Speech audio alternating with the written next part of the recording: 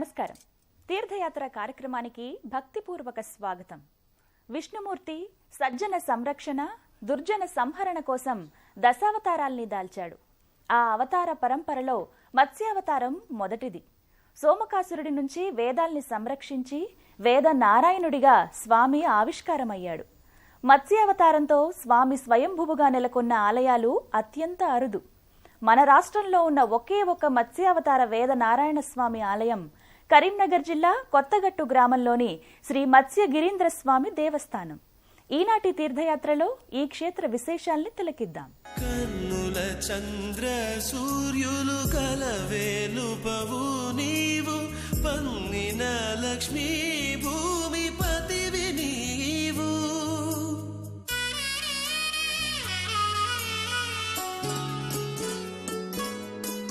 కన్నుల చంద్ర సూర్యులు కలవేలుపవు నీవు, పన్నిన లక్ష్మీ భూమి పతివి నీవు. అన్నిట బ్రహ్మకు తండ్రి అయినాది వేలుపవు, ఎన్నగ నీ కంటే ఘనమెవరున్నారికను. అన్నిట బ్రహ్మకు తండ్రి అయినాది వేలుపవు.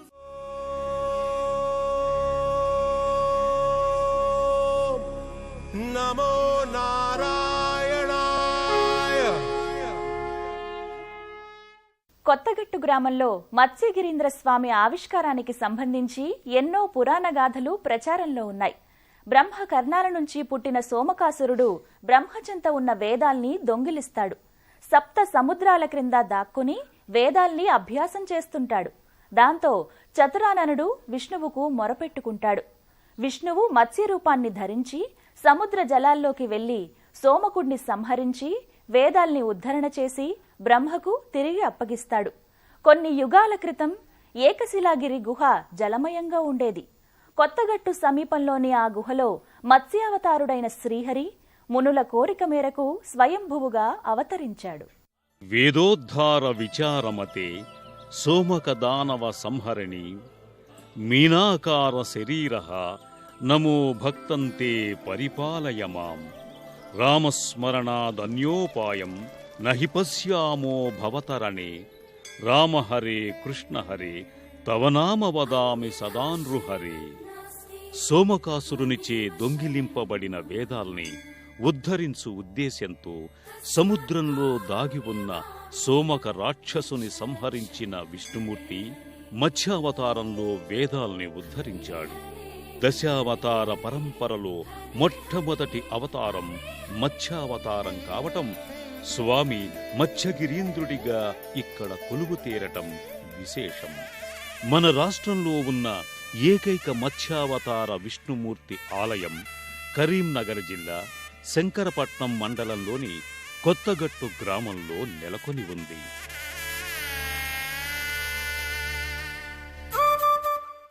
ఎంతో ఆహ్లాదకరమైన చూడముచ్చటైన ప్రకృతి సౌందర్యంతో కొత్తగట్టు మత్స్యగిరీంద్ర స్వామి ఆలయం అలరారుతోంది.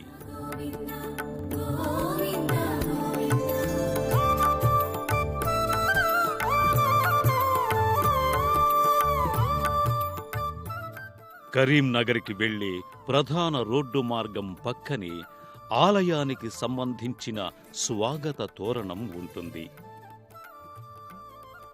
ఈ స్వాగత ద్వారం గుండా గుట్టపైకి మెట్ల మార్గం ఉంటుంది. భక్తులు ఈ మెట్ల మార్గం ద్వారా ఏకశిలా సదృశమైన కొండపైకి చేరుకుంటారు.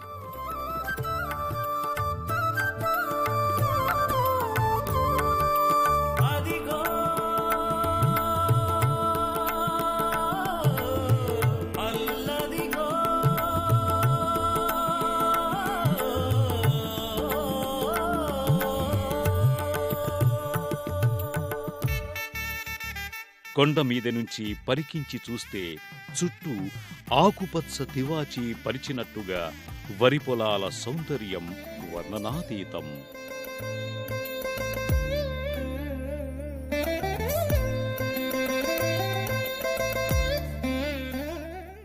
ప్రకృతి మాత ఆకుపచ్చ చీరెను ధరించి పేరంటానికి ముస్తాబైన చందంగా కనువిందు చేస్తుంది.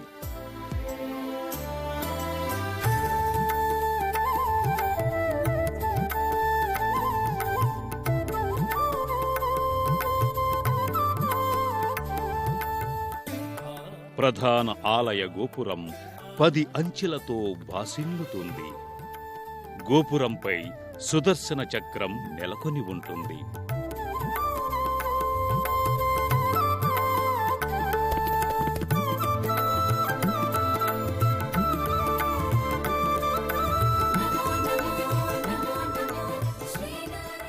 ప్రకృతి సౌందర్యానికి పట్టుగొమ్మైన ఈ ఏకశిలాగిరి పరిసరాలు మెచ్చి నచ్చి స్వామి ఇక్కడ అవతరించాడా అని అనిపించక మానదు.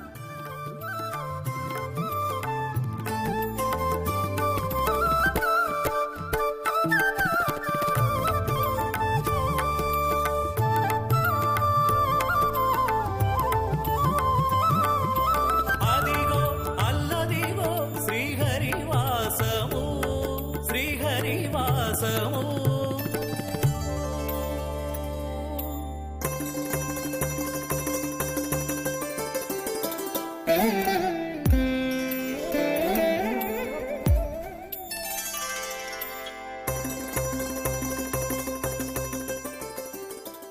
పద్దెనిమిదవ శతాబ్దంలో కాకతీయుల పరిపాలనా కాలంలో గణపతి దేవుడు విజయ యాత్రలకు వెళ్లి వస్తూ ఈ గిరిపై ఓ రాత్రి బస చేశాడు.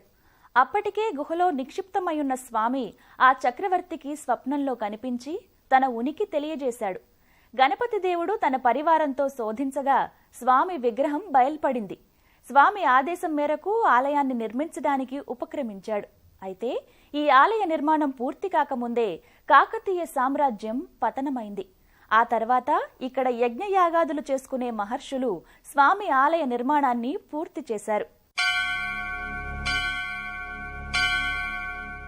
గర్భాలయం ఓ గుహల ధీర గంభీరంగా నెలకొని ఉంటుంది.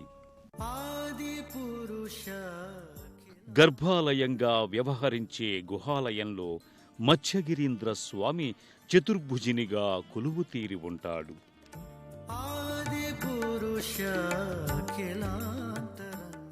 నల్లరాతితో భాసిల్లే ఈ మూర్తికి మత్స్యాభరణం అలంకృతంగా అమరి ఉంటుంది.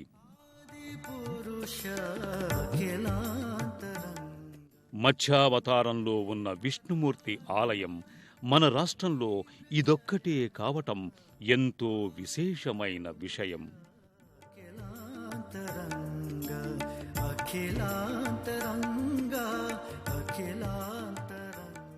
ఏకశిలాగిరిపై అధివసిస్తోన్న ఈ స్వామిని మత్స్యగిరీంద్ర స్వామిగా భక్తులు సేవించుకుంటున్నారు.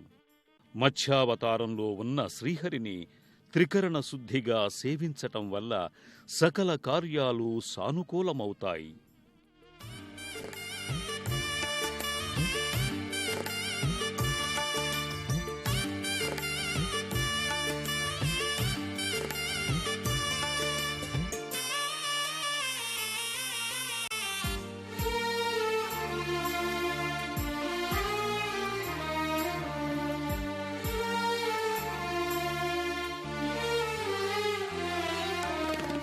भवपाथो निधि बाळबानल भवजीमूत प्रभञ्जना भवपाथो निधि बाळबानल भवजीमूत प्रभञ्जना. జలంలో మత్స్యం సులభంగా ఈదుతుంది. అలాగే సంసార సాగరంలో కొట్టుమిట్టాడే జీవులు మత్స్యగిరీంద్రుణ్ణి సేవించి అనుగ్రహం పొందటం ద్వారా జీవన సాగరాన్ని సులభంగా అధిగమించవచ్చు. అలాగే మత్స్యావతారంలో స్వామి సోమకాసురుణ్ణి సంహరించి వేదాల్ని ఉద్ధరించాడు.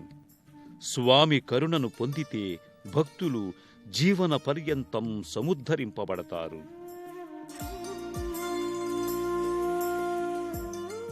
మత్స్యగిరీంద్ర స్వామి మూల విరాట్కి కుడివైపు శ్రీ భూనీళా సమేత మత్స్యేంద్రనాథుడి ఉత్సవ విగ్రహాలు ఉంటాయి.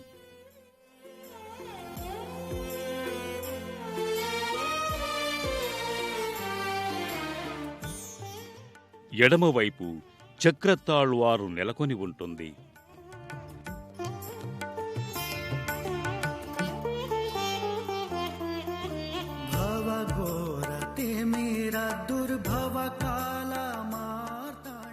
దశావతారాల లోపల అవతారం మొట్టమొదటి అవతారం మత్స్యావతారం. ఈ స్వామివారికి నిత్యారాధన చేస్తూ ఋషిోపాసన చేసినటువంటి స్వామివారైనాడు మత్స్యగిరీంద్ర స్వామి.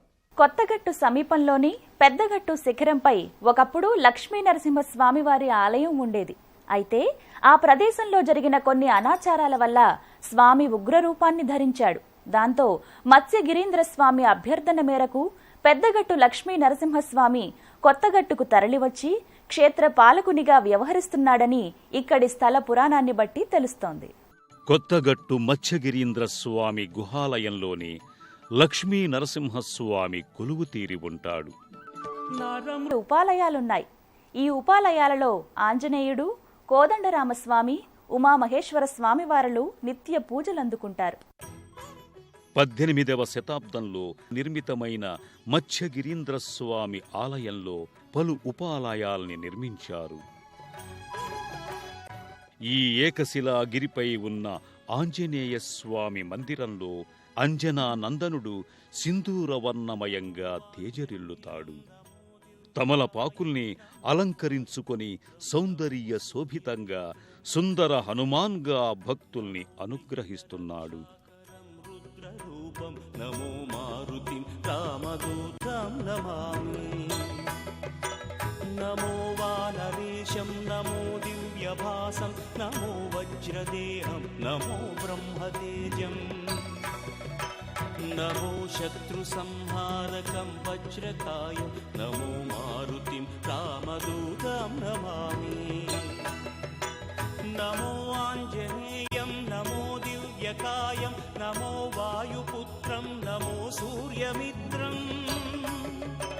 నమో నిఖిల రక్షాకరం రుద్రరూపం నమో మారుతిం రామదూతం నమామి.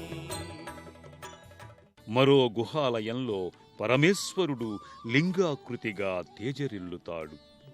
ఎదురుగా నందీశ్వరుని ప్రతిమ నెలకొని ఉంటుంది. నమో భూతనాథం నమో దేవదేవం నమః కాలకాలం నమో దివ్యతేజం. నమః కామభస్మం నమః శాంతశీలం. ఇదే ఆలయ సమక్షంలో ఉన్న నవగ్రహ మంటపాన్ని భక్తులు సందర్శిస్తారు. సంవత్సరం పొడవునా కొత్తగట్టు మత్స్యగిరీంద్ర స్వామి దర్శనానికై భక్తులు తరలివస్తారు. మొక్కులు చెల్లించుకుని తమ జీవితాల్ని సదా సంరక్షించమని స్వామిని వేడుకుంటారు. ఆధ్యాత్మిక అనురక్తి, పర్యటన ఆసక్తి కలగలిసిన ఈ క్షేత్ర దర్శనం భక్తులకు ఓ మధురానుభూతి. కొత్తగట్టు మత్స్యగిరీంద్ర స్వామి ఆలయం నిత్యం భక్తులతో ఎంతో సందడిగా ఉంటుంది. ఆహ్లాదకరమైన ప్రకృతి రమణీయత వెల్లివిరిసే ఈ ఆలయ సందర్శనం వల్ల భక్తులకు ఆధ్యాత్మిక అనుభూతితో పాటు మానసికోల్లాసం కూడా సిద్ధిస్తుంది. ప్రతి శని ఆదివారాలలో విశేషంగా మత్స్యగిరికి భక్తులు తరలివస్తారు. వైష్ణవ సంబంధిత పర్వదినాలన్నీ ఇక్కడ ఘనంగా నిర్వహిస్తారు. ధనుర్మాసంలో మాస పర్యంతం ఇక్కడ విశేష పూజలు కొనసాగుతాయి. మనోభీష్టాలన్నీ నెరవేర్చే మత్స్యగిరీంద్రుణ్ణి ఎందరో భక్తులు ఇలవేల్పుగా కొలుస్తారు. సంతానం లేని దంపతులకు ఈ స్వామి సంతాన ఫలప్రదాతగా వరాల సిరుల్ని అనుగ్రహిస్తాడని ప్రతీతి. ఎక్కడెక్కడి నుంచో భక్తులు ఈ క్షేత్రానికి తరలివచ్చి కొండ సానువుల్లో పొంగలి అన్నప్రసాదాల్ని శుచిగా రుచిగా వండి స్వామికి నివేదిస్తారు. ఇదే మత్స్యగిరిపై పవిత్ర జలరాశితో కోనేరు నెలకొని ఉంటుంది. మత్స్యగిరీంద్రుడు ఈ కోనేరులో సూక్ష్మ రూపంలో మత్స్యంగా ఉంటాడని ప్రతీతి. ఈ కోనేటి జలానికి విశేషమైన మహిమా ప్రాభవం ఉందని భక్తుల విశ్వాసం.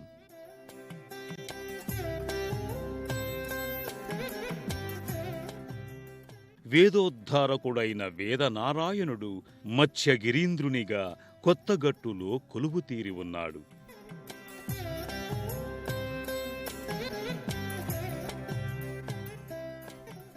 చతుర్వేదాల్ని సంరక్షించిన శ్రీహరి మత్స్యావతారునిగా అవతరించిన ఈ క్షేత్ర దర్శనం సకల శుభకారకం, సమస్త సన్మంగళదాయకం.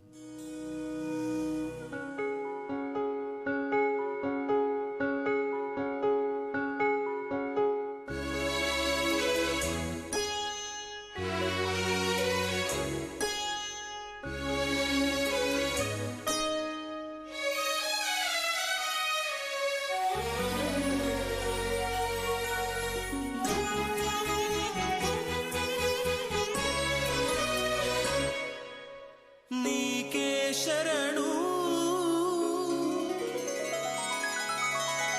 నీకే శరణు నీవు నన్ను కరుణించు ఈ కడరా కడదిక్కు ఎవరున్నారికను నీకే శరణు నీవు నన్ను కరుణించు ఈ కడనా కడదిక్కు ఎవరున్నారికను నీకే శరణు నీకే శరణు.